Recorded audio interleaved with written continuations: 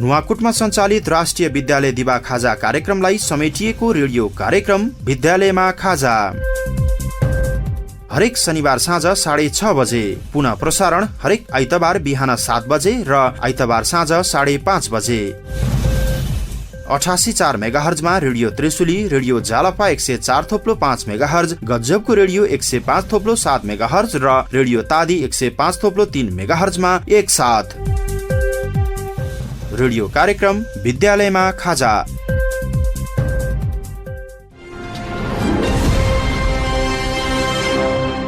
अब सुन्न सक्नुहुनेछ रेडियो कार्यक्रम विद्यालयमा खाजा।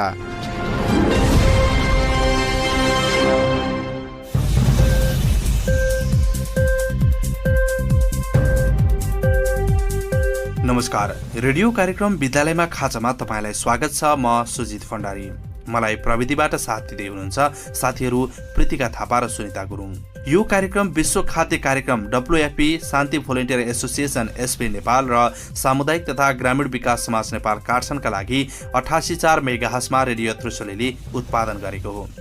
यो कार्यक्रम हरेक शनिबार साँझ 6:30 बजेदेखि 6:45 बजेसम्म नुवाकोटबाट प्रसारण हुने 88.4 मेगाहर्जमा radio Trishuli, radio Jalpa 104.5 megahertz, गजबको रेडियो 105.7 मेगाहर्ज र रेडियो तादी 105.3 मेगाहर्जमा सुन्न सक्नुहुनेछ। यसको पुनः प्रसारण आइतबार बिहान 7 बजेबाट 7:15 बजेसम्म र आइतबार नै साँझ 5:30 बजेबाट 5:45 बजेसम्म सुन्न सक्नुहुनेछ। कार्यक्रम विद्यालयमा खाजामा यो 5औं अङ्क हो। यो रेडियो कार्यक्रममा हामी नुवाकोटमा सञ्चालित राष्ट्रिय विद्यालय दिवा खाजा कार्यक्रमलाई प्रस्तुत गर्दै आएका छौं।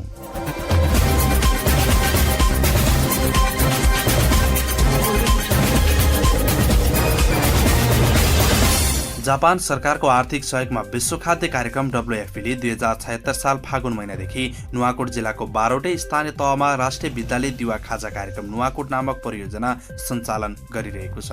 स्थानीय स्तरमा उपलब्ध पोषणयुक्त र स्वस्थ दिवा खाजा मार्फत विद्यार्थीहरूको पोषण र स्वास्थ्य सिकाइमा सुधार ल्याउने र अन्तत नेपाल सरकारद्वारा 77वटै जिल्लामा सञ्चालित दिवा खाजा कार्यक्रमलाई दिगो र प्रभावकारी बनाउने उद्देश्य यो कार्यक्रमको रहेको छ। यसका लागि विश्व खाद्य कार्यक्रमको अगुवाईमा सञ्चालित यो नमुना परियोजना कार्यान्वयनका लागि शान्ति भोलिन्टियर एसोसिएसन SP नेपाल र सामुदायिक तथा ग्रामीण विकास समाज नेपाल काठमाडौँ साझेदार संस्थाका रूपमा रहेका छन्। 3 वर्ष सञ्चालन अवधि रहेको यस परियोजना अन्तर्गत विद्यालय दिवा खाजाका लागि पूर्वाधार निर्माण, क्षमता अभिवृद्धि तथा सुशासन, घरेलु उत्पादनमा आधारित विद्यालय दिवा खाजा कार्यक्रम र पोषण सम्बन्धी साक्षरता आदि विविध कार्यक्रमहरू प्रस्ताव गरिएका छन्। यस रेडियो कार्यक्रममा पनि यिनै विषयवस्तुहरूमा केन्द्रित रहेको रेडियो सामग्रीहरू प्रस्तुत हुनेछन्। आजको अङ्कमा हामी दिवा खाजा व्यवस्थापन तथा विद्यालय व्यवस्थापन समितिको भूमिका, सम्बन्धित स्थानीय तहले गर्नुपर्ने आवश्यक मूल्याङ्कन र दिवा खाजा व्यवस्थापनका लागि महत्त्वपूर्ण विषयहरू समावेश गरिएका छन्।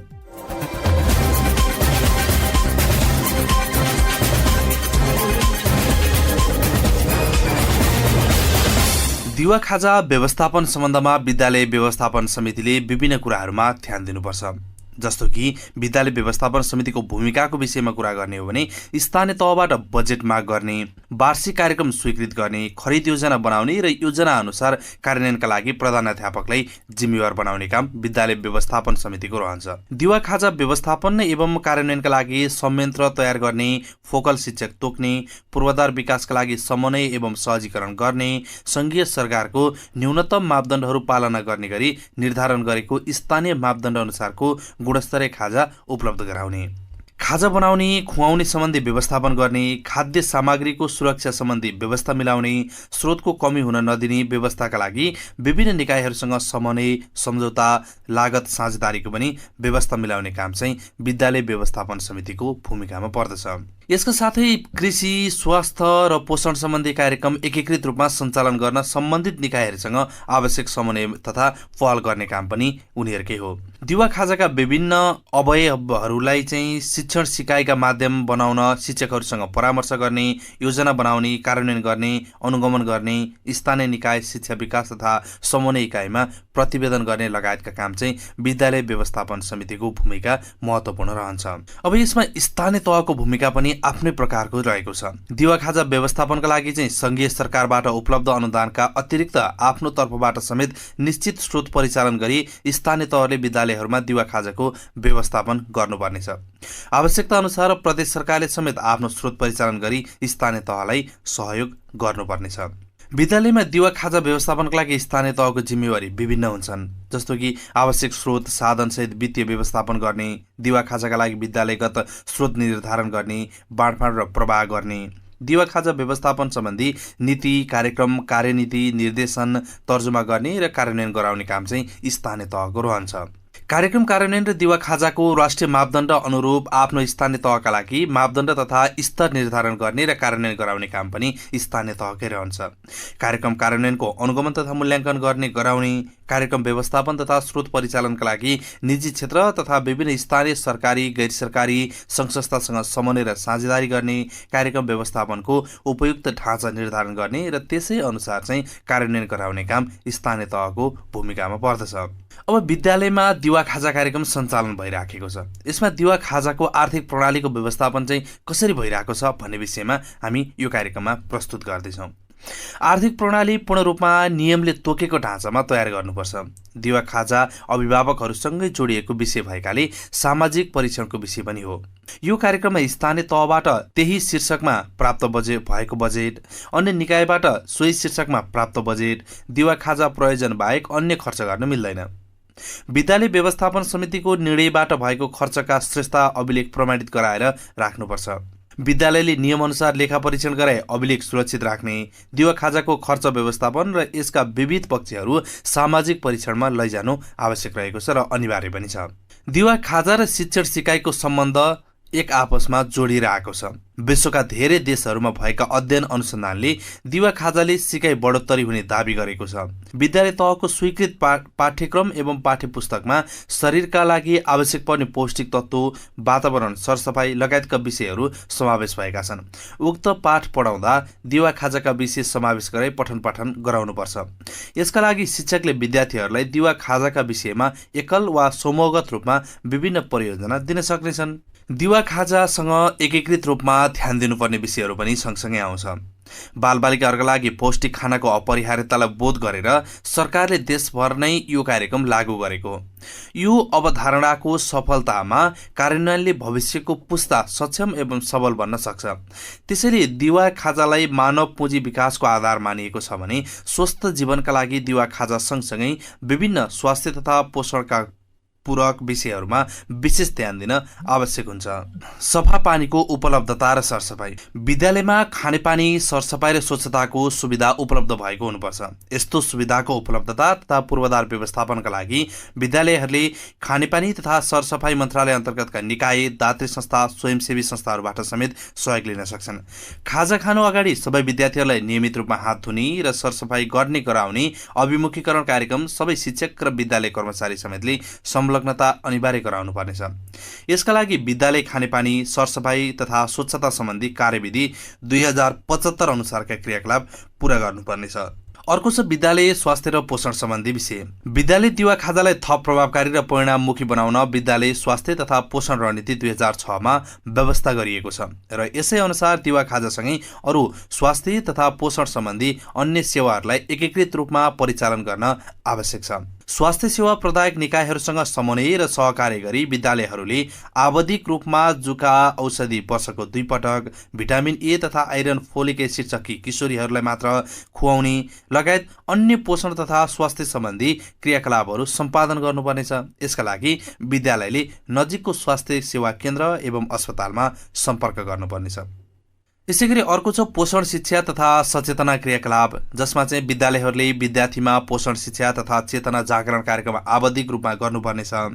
पोषण तथा स्वास्थ्य शिक्षाका व्यावहारिक क्रियाकलापहरू विज्ञान, स्वास्थ्य तथा वातावरण शिक्षा विषयका पाठ्यक्रम अन्तर्गतका सिकाइ क्रियाकलापसँग सान्दर्भिक र आबद्ध गराई विद्यार्थीहरूलाई अभ्यास समेत गराउनु पर्नेछ। यसैगरी करेसाबारीको व्यवस्थापन पनि अर्को महत्त्वपूर्ण पाटो रहेको छ। यो एकीकृत रूपमा ध्यान दिनुपर्ने विषयमा रहन्छ। दिवा खाजाका लागि केही ताजा तरकारी आपूर्ति गर्न र सिकाइ प्रयोगशाला उपलब्ध गराउनका लागि चाहिँ विद्यालयहरूले करेसाबारी व्यवस्थापन गर्न सक्छन्। आफ्नै विद्यालयमा हरित विद्यालय सम्बन्धी कार्यविधि समेतका आधारमा करेसाबारी व्यवस्थापन गर्नुपर्नेछ। पाठ्यपुस्तकमा विषयवस्तुका रूपमा रहेका विषयहरूलाई सिकाउन करेसाबारी राम्रो प्रयोगशाला बन्न सक्छ। नेपाल सरकारबाट आर्थिक वर्ष 77-78 देखि देशभर दिवा खाजाको व्यवस्थापन गरिरहेको छ। यो कार्यक्रमले कक्षा 5 सम्म मात्र समेटेको छ। बजेट सीमित रहेको छ। यस्तो अवस्थामा विद्यालयका सबै कक्षाहरूमा दिवा खाजा विस्तार गर्नु तथा थप गुणस्तरीय बनाउनका लागि निम्नलिखित उपायहरू अवलम्बन गर्न सकिन्छ, जसमा चाहिँ लागत साझेदारी एउटा महत्त्वपूर्ण विषय रहेको छ। दिवा खाजालाई सबै कक्षासम्म विस्तार गर्न तथा गुणस्तरीय खाद्य सामग्री व्यवस्थापनका लागि विद्यालयले स्थानीय तह लगायत अन्य दात्री निकाय निजी क्षेत्रसँग थप स्रोतका लागि चाहिँ लागत साझेदारी गर्न सक्छन्। समुदाय सहयोग र सहकार्य गर्ने। विद्यालय दिवा खाजा कार्यक्रम सफल, व्यवस्थित र प्रभावकारी कार्यान्वयनका लागि चाहिँ विद्यालय तहका अभिभावक, स्थानीय समुदाय, नागरिक समाज, व्यवसायी तथा जनप्रतिनिधिहरूको सहयोग, संलग्नता र सहभागिता अपरिहार्य छ। तसर्थ प्रत्येक तहमा उनीहरूको संलग्नता र सहभागितामा स्रोत परिचालन, कार्यक्रम तर्जुमा, जोखिम न्यूनीकरण र कार्यक्रम व्यवस्थापन गरी कार्यक्रममा उनीहरूको अपनत्व विकास गर्ने र दिगोपना कायम गर्नुपर्नेछ।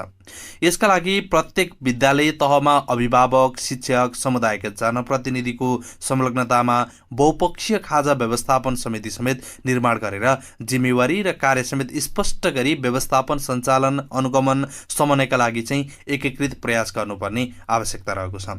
यस सँगसँगै स्थानीय कृषक, साना किसान र कृषि व्यवसायसँग सम्बन्ध, घर परिवारमा सचेतना अभिवृद्धि लगायतका विषयहरू पनि गुणस्तरीय दिवा खाजा व्यवस्थापनका अरू थप उपायहरू यो सँगै जोडिएको छ। स्थानीय भूमिमा भएको उब्जनीहरूलाई समेत महत्त्व र प्राथमिकता दिन सक्नुपर्छ। अब स्थानीय स्तरमै हाम्रा करेसाबारीहरूमा उत्पादित भएका कृषिजन्य सामग्रीहरूको चाहिँ प्रयोग गर्ने अनि कृषिजन्य सङ्घ संस्था निकायसँग राम्रो सम्बन्ध स्थापित गराउने, जसले गर्दा चाहिँ ताजा र स्वास्थ्यवर्धक सामग्रीहरू हामीलाई सप्लाई हुन्छ, त्यहाँबाट आपूर्ति हुन्छ। यसैगरी विद्यार्थीहरूले चाहिँ पौष्टिक तत्त्वसहितको खाजा खान पाउने र अर्कोतर्फ स्थानीय तहले कृषक र कृषिमा लगानी गर्ने वातावरण समेत मिल्छ। अब यस सँगसँगै विद्यालय दिवा खाजा कार्यक्रमका लागि विद्यालयले पनि गर्नुपर्ने तयारीहरू निम्न अनुसार रहेका छन्। जस्तो कि सबै विद्यालयले दिवा खाजा कार्यक्रमलाई प्राथमिकताका साथ सञ्चालन गर्नुपर्छ। विद्यालयमा खाजा व्यवस्थापनका लागि विद्यालय व्यवस्थापन गर्नुपर्छ। समितिको बैठक अनिवार्य रूपमा राख्नुपर्छ। बैठकले दिवा खाजा कार्यक्रम कार्यान्वयनमा सहयोग गर्न आफ्नो मातहतमा एउटा खाजा व्यवस्थापन उपसमिति वा कार्यदल वा आमा वा अभिभावक समूह गठन गर्नुपर्छ, जसले चाहिँ यो कार्यक्रमलाई प्रभावकारी रूपमा समन्वय गर्न सकिन्छ। विद्यालयले दैनिक रूपमा कार्य सम्पादनमा सहजीकरण गर्ने गराउनेदेखि व्यवस्थापन र अनुगमनका लागि एकजना सम्पर्क शिक्षक, फोकल शिक्षक रूपमा चाहिँ एकजना व्यक्तिलाई तोक्नुपर्नेछ। तोकिएका सम्पर्क शिक्षकलाई समितिको बैठकमा आमन्त्रण गरी खाजा सम्बन्धमा थप प्रभावकारिता अनि सुधारका लागि विभिन्न विषयहरूमा चाहिँ सुझाव लिने र आगामी दिनका लागि चाहिँ जवाफदेही बनाउने काम पनि विद्यालयले गर्नुपर्नेछ। अभिभावक बैठक एवं सामूहिक भेला पनि आवश्यक पर्दछ, जसले गर्दा चाहिँ दिवा खाजा खुवाउने विधि, पद्धति, प्रक्रियाका विषयमा अभिभावकहरूलाई जानकारी गराइन्छ। जानकारीका लागि कक्षागत रूपमा अभिभावकहरूको बैठक राखेर वा सामूहिक रूपमा भेला गर्न पनि सकिन्छ। बैठक एवं भेलामा पौष्टिक तत्त्वको आवश्यकता, विद्यालयबाट खुवाउन लागि खाजाबाट प्राप्त हुने पौष्टिक तत्त्व र घर परिवारमा ख्याल गर्नुपर्ने सरसफाइ लगायतका विषयहरू व्यावहारिक रूपमा जानकारी गराउनुपर्छ। अर्को छ अभिभावक भेला वा बैठकमा स्थानीय तहको वडा प्रतिनिधि आमन्त्रण गर्नुपर्ने। विद्यालयमा दिवा खाजाको व्यवस्थापनको लागि अभिभावकहरूको संलग्नता एवं सहयोगका विषयमा अभिभावकहरूको बैठक वा भेला राख्दा स्थानीय तहको वडाका प्रतिनिधिहरूलाई आमन्त्रण गर्नुपर्छ। स्थानीय तहको प्रतिनिधि उपस्थित हुन नसकेको अवस्थामा बैठकमा भएका छलफलको बैठक पुस्तिका तयार गरी माइनोट समेत स्थानीय तहलाई चाहिँ जानकारी गराउनुपर्छ।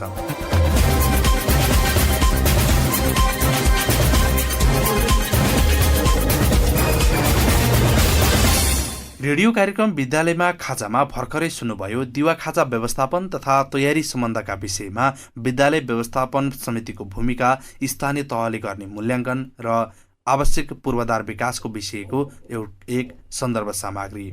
यो सँगै आजका लागि रेडियो कार्यक्रम विद्यालयमा खाजा यति नै। नुवाकोटमा सञ्चालित राष्ट्रिय विद्यालय दिवा खाजा कार्यक्रममा केन्द्रित रहने यो कार्यक्रम विश्व खाद्य कार्यक्रम WFP, शान्ति भोलिन्टियर एसोसिएसन SV नेपाल र सामुदायिक तथा ग्रामीण विकास समाज नेपाल काठसनका लागि 88.4 मेगाहर्जमा रेडियो त्रिशुलीले उत्पादन गरेको हो।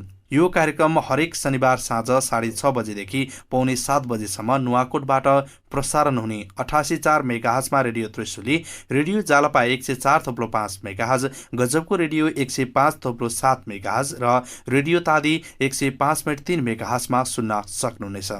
यसको पुनः प्रसारण आइतबार बिहान 7 बजेबाट 7:15 बजेसम्म र आइतबार नै साँझ 5:30 बजेबाट पौने 6 बजेसम्म सुन्न सक्नुहुनेछ। कार्यक्रम कस्तो लाग्यो हामीलाई लेखी पठाउनुहोला। त्यसका लागि हाम्रो ठेगाना हो 88.4 मेगाहर्जमा रेडियो त्रिशुली, विदु नगरपालिका वडा नम्बर 4, विदु नुवाकोट। अनि हाम्रो स्टुडियोको टेलिफोन नम्बर 010-560-789 मा पनि फोन गरेर तपाईले सिधै प्रतिक्रिया दिन सक्नुहुनेछ। यस्तै रेडियो कार्यक्रम विद्यालयमा खाजा र समग्र राष्ट्रिय विद्यालय दिवा खाजा कार्यक्रमका बारे सुझाव, सल्लाह वा गुनासो छन् भने पनि तपाईले सिधै फोनबाट सम्पर्क गर्न सक्नुहुनेछ। त्यसका लागि मोबाइल नम्बरहरू रहेका छन् 9801566777, 9801566888 र फोन गर्दा पैसा नलाग्ने नम्बर 16001667777 मा पनि सम्पर्क गर्न सक्नुहुनेछ। हवस् त, अर्को शनिबार साँझ 6:30 बजे फरक विषयवस्तु सहितको रेडियो कार्यक्रम विद्यालयमा खाजाको 6औं अङ्क लिएर आउने नै छौं। अहिलेलाई भने म सुजित भण्डारी र प्राविधिक साथीहरू प्रीतिका थापा अनि सुनिता गुरुङलाई बिदा दिनुहोस्। नमस्कार। भर्खरै सुन्नुभयो रेडियो कार्यक्रम विद्यालयमा खाजा।